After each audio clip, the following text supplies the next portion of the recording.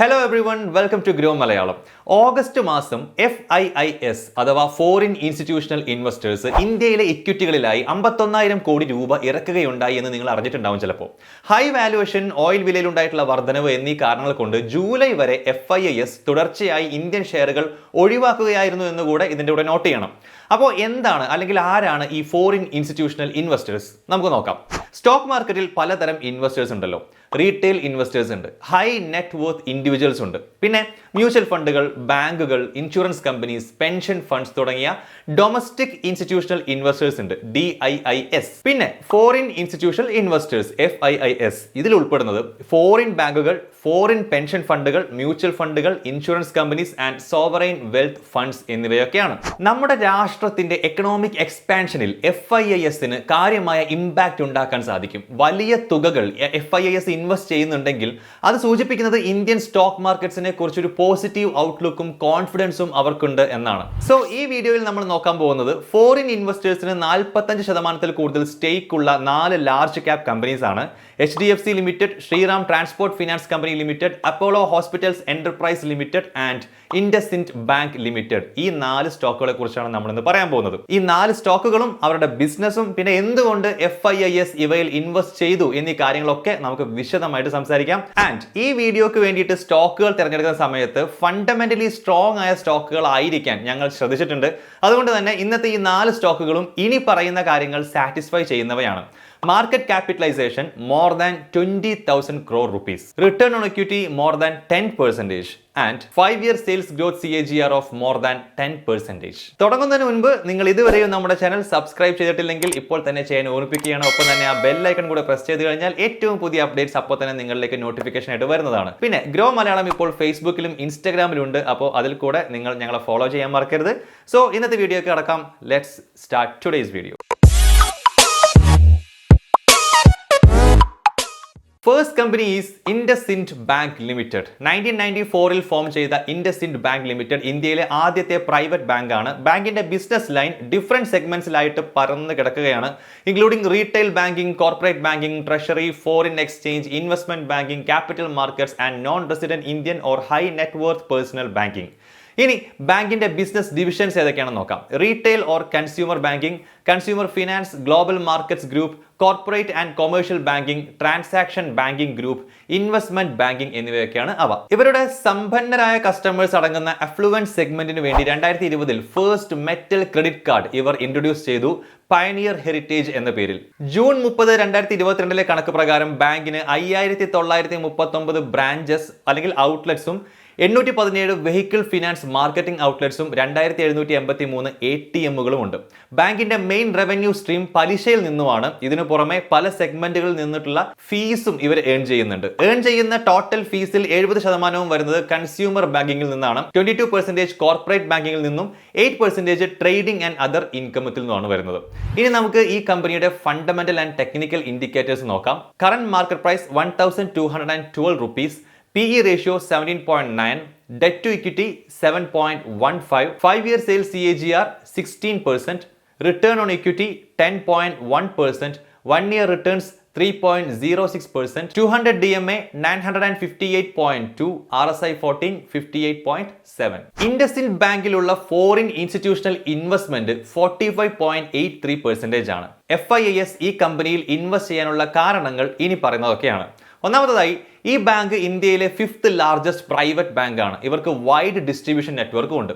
രണ്ടാമതായി, ബാങ്കിന് മികച്ച ബാലൻസ് ഷീറ്റ് ആണുള്ളത് വിത്ത് strong capital adequacy and stable asset quality. പിന്നെ ബാങ്കിന്റെ പ്രോഫിറ്റബിലിറ്റി സ്ട്രോങ് ആണ്. ഇൻഡസ്ട്രിയിൽ തന്നെ ഏറ്റവും ഉയർന്ന പ്രോഫിറ്റബിലിറ്റി കാണിക്കുന്നവരിൽ ഒന്നാണ് ഈ ബാങ്ക്. പിന്നെ കൺസ്യൂമർ ആൻഡ് കോർപ്പറേറ്റ് പ്രൊഡക്റ്റുകളിലായി പടർന്നു കിടക്കുന്ന നല്ല ഡൈവേഴ്സിഫൈഡ് ആയ ലോൺ ബുക്കാണ് ഇവർക്കുള്ളത്. ഇതിനൊക്കെ പുറമെ ഈ company consistent profit and sales ഗ്രോത്തും ഗുഡ് കോർപ്പറേറ്റ് ഗവേണൻസും സ്ട്രോങ് ആൻഡ് എഫിഷ്യന്റ് മാനേജ്മെന്റും കാണിക്കുന്നുണ്ട്. സ്ക്രീനിൽ കാണുന്ന ടേബിളിൽ നിന്ന് കമ്പനിയുടെ കൺസിസ്റ്റന്റ് പെർഫോമൻസ് നിങ്ങൾക്ക് മനസ്സിലാക്കാൻ പറ്റും. പക്ഷേ ബാങ്കിന്റെ ഡെപ്പോസിറ്റുകളിൽ ഒരു തുടർച്ചയായ കുറവ് ഉണ്ടായിട്ടുണ്ട്. ഇവരുടെ അതേ റേറ്റിംഗ് ഉള്ള സമാനമായ കമ്പനികളുമായിട്ട് കമ്പയർ ചെയ്യുമ്പോൾ ഇൻഡസ്ഇൻഡ് ബാങ്കിന്റെ fiscal 2022 average cost of deposits 4.8% കൂടുതലാണ്. ഇങ്ങനെ പതിയെ ഡെപ്പോസിറ്റ് റേറ്റ് ഒപ്റ്റിമൈസ് ചെയ്തു വരുന്നത് കൊണ്ട് റീറ്റെയിൽ ഡെപ്പോസിറ്റ് ബേസ് മെയിൻറ്റെയിൻ ചെയ്യുന്നതിൽ ഉള്ള ഈ ബാങ്കിന്റെ കപ്പാസിറ്റി നമ്മൾ ശ്രദ്ധിക്കേണ്ട ഇമ്പോർട്ടന്റ് ആയിട്ടുള്ള ഒരു പോയിന്റ് ആണ്. കൂടാതെ കോർപ്പറേറ്റ് ആൻഡ് റീറ്റെയിൽ സെഗ്മെന്റ്സിന്റെ അസറ്റ് ക്വാളിറ്റി മെട്രിക്സും കഴിഞ്ഞ വർഷങ്ങളിൽ ക്ഷയിച്ചു വരുന്നതായിട്ടാണ് നമ്മൾ കാണുന്നത്. June 30, 2021 gross non performing assets 2.9% ആയി വർദ്ധിച്ചിരുന്നു. പിന്നീട് അത് ഇംപ്രൂവ് ആയി വന്ന് ജൂൺ 30, 2022 ആയപ്പോഴേക്കും 2.4% ആയിട്ടുണ്ട്. അതുകൊണ്ട് തന്നെ അസറ്റ് ക്വാളിറ്റിയും നമ്മൾ ശ്രദ്ധിക്കേണ്ട കാര്യങ്ങളിൽ ഒന്നാണ്. Next company Apollo hospitals enterprise limited. 1983 ഈ കമ്പനി തുടങ്ങി ഇന്ത്യയിലേക്ക് മോഡേൺ ഹെൽത്ത് കെയർ കൊണ്ടുവന്നത് ഇവരാണ്. പ്രൈവറ്റ് ഹെൽത്ത് കെയറിനെ മാറ്റിമറിച്ച ഇന്ത്യയിലെ ആദ്യത്തെ കോർപ്പറേറ്റ് ഹോസ്പിറ്റലാണ് അപ്പോളോ ഹോസ്പിറ്റൽസ്. അപ്പോളോ ഹോസ്പിറ്റൽസ് ഏഷ്യയിലെ തന്നെ ഏറ്റവും മുൻപന്തിയിലുള്ള integrated health care services provider ആണ്. ഹോസ്പിറ്റൽസിന് പുറമെ ക്ലിനിക്സ്, ഡയഗ്നോസ്റ്റിക് സെന്റേഴ്സ്, ഫാർമസീസ് എന്നിവ കമ്പനി ഓൺ ചെയ്യുകയും ഓപ്പറേറ്റ് ചെയ്യുകയും ചെയ്യുന്നുണ്ട്. കൂടാതെ health care management, consulting, education, training and telemedicine എന്നിവയും ഇവർ പ്രൊവൈഡ് ചെയ്യുന്നുണ്ട്. കമ്പനിയുടെ 54% റവന്യൂ വരുന്നത് ഹെൽത്ത് കെയർ ബിസിനസ്സിൽ നിന്നുമാണ്, 39% ഫാർമസി ബിസിനസ്സിൽ നിന്നും, 8% ഹെൽത്ത് ആൻഡ് ലൈഫ് സ്റ്റൈൽ ബിസിനസ്സിൽ നിന്നുമാണ്, including diagnostics, clinics, sugar clinics, cradle, Spectra care, dental and dialysis.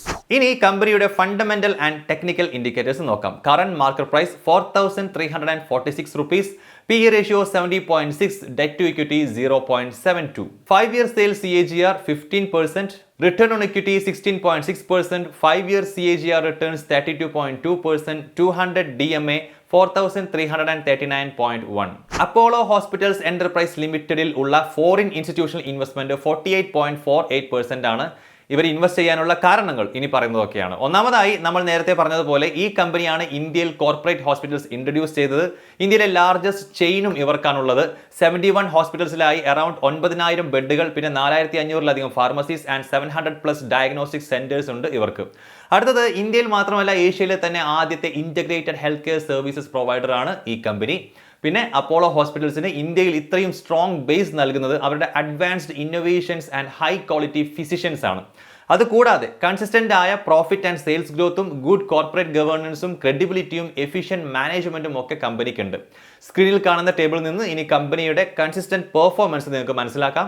ഈ സെഗ്മെന്റിൽ നിലനിൽക്കുന്ന റെഗുലേറ്ററി എൻവയോൺമെന്റ് ആണ് കമ്പനിയുടെ ഒരു risk factor. Cardiac stents and knee implants തുടങ്ങിയ മെഡിക്കൽ പ്രൊസീജിയേഴ്സ് ആൻഡ് ഡിവൈസസിന്റെ പ്രൈസസ് ഗവൺമെന്റ് 2017 ക്യാപ്പ് ചെയ്തപ്പോൾ കമ്പനിയുടെ പ്രോഫിറ്റ്സ് ആൻഡ് മാർജിൻസിനെ അത് കാര്യമായി ബാധിച്ചിരുന്നു. അതിന് പുറമെ Fortis health care, Max health care, doctor Lal path lab തുടങ്ങിയവയിൽ നിന്നും കമ്പനി ശക്തമായ കോമ്പറ്റീഷൻസ് ഈ ഇൻഡസ്ട്രിയിൽ ഫേസ് ചെയ്യുന്നുണ്ടെന്നുള്ളതും കൂടെ നോട്ട് ചെയ്യേണ്ട കാര്യമാണ്. Third company Shriram transport finance company limited. Shriram transport finance company limited ഒരു ഇന്ത്യൻ നോൺ ബാങ്കിംഗ് ഫിനാൻസ് കമ്പനിയാണ്.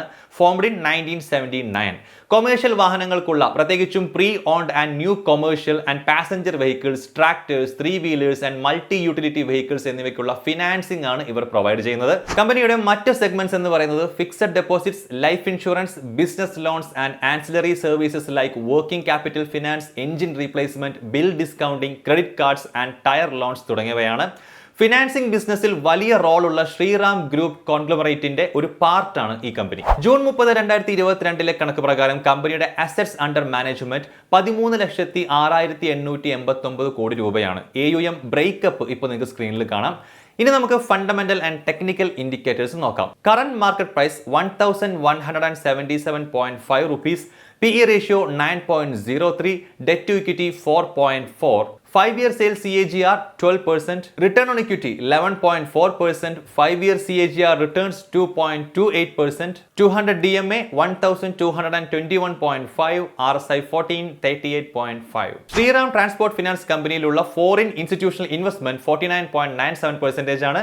ഇനി എന്തുകൊണ്ട് FIIs ഈ കമ്പനിയിൽ ഇൻവെസ്റ്റ് ചെയ്യുന്നു എന്നുള്ളതിന്റെ കാരണങ്ങൾ നമുക്കൊന്ന് നോക്കാം. ഫസ്റ്റ്, ഈ കമ്പനി ഇന്ത്യയിലെ ലാർജസ്റ്റ് കൊമേഴ്ഷ്യൽ വെഹിക്കിൾ ഫിനാൻസർ ആണ്. AUM നേരത്തെ പറഞ്ഞതുപോലെ തന്നെ 13,06,889 crore rupees ആണ്. സെക്കൻഡ്ലി, കമ്പനിയുടെ പാരന്റ് കമ്പനിയായ ശ്രീറാം ഗ്രൂപ്പിന് ഫിനാൻഷ്യൽ സർവീസസിൽ ഒരു വലിയ മേധാവിത്വം ഉണ്ട് എന്നുള്ളതാണ്. ആൻഡ് ശ്രീറാം ട്രാൻസ്പോർട്ടിന് ഒരു വിർച്വൽ മോണോപോളി ഉണ്ട് യൂസ്ഡ് കൊമേഴ്ഷ്യൽ വെഹിക്കിൾ ഫിനാൻസിംഗ് സെഗ്മെന്റിൽ. പിന്നെ company consistent performance, good corporate governance, credibility and efficient management എന്നിവ കാണിച്ചിട്ടുണ്ട്. ഇത് FIISനിടയിൽ ഈ കമ്പനിക്ക് വലിയ ഗുഡ് വിൽ നൽകിയിട്ടുണ്ട്. സ്ക്രീനിൽ ഇപ്പോൾ കാണുന്ന ടേബിളിൽ നിന്നും കമ്പനിയുടെ കൺസിസ്റ്റന്റ് പെർഫോമൻസ് നിങ്ങൾക്ക് മനസ്സിലാക്കാൻ പറ്റും. September 30 Reserve Bank of India Shriram transport അടക്കമുള്ള 16 നോൺ ബാങ്കിംഗ് ഫിനാൻസ് കമ്പനികളെ അപ്പർ ലെയറിൽ ഉൾപ്പെടുത്തിയിരുന്നു. അപ്പർ ലെയറിലുള്ള ഈ എല്ലാ NBFCസിനും ബാധകമായ increased regulatory frame work adopt ചെയ്തുകൊണ്ട് 3 മാസം കൊണ്ട് ഈ NBFCs ഒരു ബോർഡ് അപ്രൂവ്ഡ് പോളിസി എസ്റ്റാബ്ലിഷ് ചെയ്തിരിക്കണമെന്നുണ്ട്. പിന്നെ ഒരു ഇംപ്ലിമെന്റേഷൻ സ്ട്രാറ്റജി ലേ ഔട്ട് ചെയ്യുകയും വേണം. ഈ റെഗുലേഷൻസ് എങ്ങനെയാണ് കമ്പനിയെ ഇമ്പാക്ട് ചെയ്യുക എന്നത് ഒരു ഇമ്പോർട്ടന്റ് കാര്യമാണ്, നോക്കിക്കാണേണ്ട ഒരു കാര്യമാണ്. അതിന് പുറമെ ശ്രീറാം ട്രാൻസ്പോർട്ട് ഫിനാൻസ് ശക്തമായ ലോക്കൽ ആൻഡ് ഇന്റർനാഷണൽ കോമ്പറ്റീഷൻ നേരിടുന്നുണ്ട്. അതിന് പുറമെ പുതുതായി ഉണ്ടായി വരുന്ന കൺസ്യൂമർ ടേസ്റ്റുകളും പുതിയ ബിസിനസ് ട്രെൻഡുകളും അഡ്രസ് ചെയ്യുകയും വേണം ഇവർക്ക്. ഒരു പ്രധാന participant and powerful brand name എന്ന നിലയിൽ കമ്പനിക്കുള്ള ഐഡന്റിറ്റി നഷ്ടപ്പെടാൻ ഇതൊക്കെ കാരണമായേക്കാവുന്നതാണ്. Now the last company on the list, it is HDFC Limited. HDFC Limited, that is Housing Development Finance Corporation Limited, ഒരു ഇന്ത്യൻ ഫിനാൻഷ്യൽ സർവീസ് കമ്പനിയാണ്. ഫോം ചെയ്തത് 1977ലാണ്. ഇന്ത്യയിലെ ആദ്യത്തെ സ്പെഷ്യലൈസ്ഡ് മോർട്ട്ഗേജ് കമ്പനിയുമാണ് ഇവർ. മെയിൻ ഒബ്ജക്റ്റീവ് വീട് വാങ്ങാനായി വ്യക്തികൾക്ക് ഫിനാൻസ് പ്രൊവൈഡ് ചെയ്യുക എന്നതാണ്. ഇപ്പോൾ കമ്പനിക്ക് banking, life and general insurance, asset management, venture capital, reality, education, deposits and education loans എന്നിവയിലും പ്രസൻസ് ഉണ്ട്. HDFC ലിമിറ്റഡിന്റെ കമ്പനികളാണ് HDFC bank, HDFC life, HDFC pension, HDFC mutual fund തുടങ്ങിയവ. 4th April 2022 HDFC limited HDFC ബാങ്കുമായിട്ടുള്ള കൂടിച്ചേരൽ announce ചെയ്തു. ഇത് ഇവരെ ഒരു ഫിനാൻഷ്യൽ സർവീസ് ജയന്റ് ആക്കി മാറ്റും. HDFC ബാങ്കിൽ നിന്നും അതിന്റെ സബ്സിഡിയറി നെറ്റ്വർക്കിൽ നിന്നുമാണ് HDFC ലിമിറ്റഡിന്റെ ലോൺ ബിസിനസിന്റെ 83% വരുന്നത്. ഇനി കമ്പനിയുടെ ഫണ്ടമെന്റൽ ആൻഡ് ടെക്നിക്കൽ ഇൻഡിക്കേറ്റേഴ്സ് നോക്കാം. Current market price 2298.5 rupees, PE ratio 18.3, debt to equity 2.83, 5-year sales CAGR 17%, return on equity 13.4%, 5-year CAGR returns 5.85%, 200 DMA 2358.5, RSI 14, 45.8. HDFC ലിമിറ്റഡിലുള്ള ഫോറിൻ ഇൻസ്റ്റിറ്റ്യൂഷണൽ ഇൻവെസ്റ്റ്മെന്റ് 67.75% ആണ്. ഈ ലിസ്റ്റിൽ ഹയസ്റ്റ് FIIS ഇൻവെസ്റ്റ്മെന്റ് ഉള്ള company അപ്പോൾ ഇതാണ്. FIIS ഇതിൽ invest ചെയ്യാനുള്ള കാരണങ്ങൾ നമുക്ക് എന്തൊക്കെയാണെന്ന് നോക്കാം. ഫസ്റ്റ്, HDFC ഇന്ത്യയിലെ ലാർജസ്റ്റ് മോർട്ട്ഗേജ് ഫിനാൻഷ്യൽ കമ്പനിയാണ്. സെക്കൻഡ്, ഇന്ത്യയുടെ കോർപ്പറേറ്റ് ഹിസ്റ്ററി എടുത്തു നോക്കിയാൽ ചുറ്റും ഒരുപാട് ഡിഫിക്കൽട്ട് കണ്ടീഷൻസ് ഉണ്ടായിട്ടും HDFC ലിമിറ്റഡ് കൺസിസ്റ്റന്റ് പെർഫോമൻസ് കാണിച്ചതായിട്ട് കാണാൻ പറ്റും. അതിനു പുറമെ കമ്പനിയുടെ സബ്സിഡിയറീസിന് ഗുഡ് സ്ട്രെങ്ത് ഉണ്ട്. ഇതിലൊന്നായ HDFC bank one of India's largest banks ആണ്. അതും കൂടാതെ കമ്പനിയുടെ immense credibility, efficient management, strong corporate governance, superior execution and best lending asset class എന്നിവ ഈ കമ്പനിയെ അവരുടെ കോമ്പറ്റീറ്റേഴ്സിനിടയിൽ സുപ്പീരിയർ ആക്കുന്നുണ്ട്. ഇപ്പോൾ സ്ക്രീനിൽ കാണുന്ന ടേബിളിൽ നിന്നും കമ്പനിയുടെ കൺസിസ്റ്റന്റ് പെർഫോമൻസ് നിങ്ങൾക്ക് മനസ്സിലാക്കാൻ പറ്റും. ഇങ്ങനെയൊക്കെ ആണെങ്കിലും റീറ്റെയിൽ മോർട്ട്ഗേജ് ലെൻഡിംഗ് മാർക്കറ്റിൽ HDFC ശക്തമായ കോമ്പറ്റീഷൻ നേരിടുന്നുണ്ട്, പ്രത്യേകിച്ചും ബാങ്കുകളിൽ നിന്ന്. ബിസിനസ് ലോൺസിനുള്ള കുറഞ്ഞ ഡിമാൻഡ് കാരണം ബാങ്കുകൾ ഈ അടുത്ത് കൂടുതൽ ആക്റ്റീവായി വളർന്നിട്ടുണ്ട് റീറ്റെയിൽ മോർട്ട്ഗേജ് മാർക്കറ്റിൽ. പിന്നെ ശോഷിച്ചു വരുന്ന അസറ്റ് ക്വാളിറ്റി പ്രോഫിറ്റിനെ ബാധിച്ചിട്ടുണ്ട് with a steady state GS3 ratio of more than 3%. അപ്പോൾ ഇതൊക്കെയാണ് ഫോറിൻ ഇൻവെസ്റ്റേഴ്സിന് മോർ ദാൻ 45% സ്റ്റേക്ക് ഉള്ള ആ 4 കമ്പനികൾ. ഈ വീഡിയോ എഡ്യൂക്കേഷണൽ പർപ്പസിന് വേണ്ടി മാത്രമുള്ളതാണെന്ന് നിങ്ങളെ ഓർപ്പിക്കുകയാണ്. നമ്മൾ യാതൊരു വിധത്തിലുള്ള ബൈ ഓർ സെൽ റെക്കമെൻഡേഷൻ നൽകുന്നില്ല. അപ്പോൾ മറ്റൊരു ഇൻട്രസ്റ്റിംഗ് വീഡിയോ ആയിട്ട് വീണ്ടും കാണാം. സബ്സ്ക്രൈബ് ചെയ്യാൻ മറക്കരുത്. Thank you for watching. By.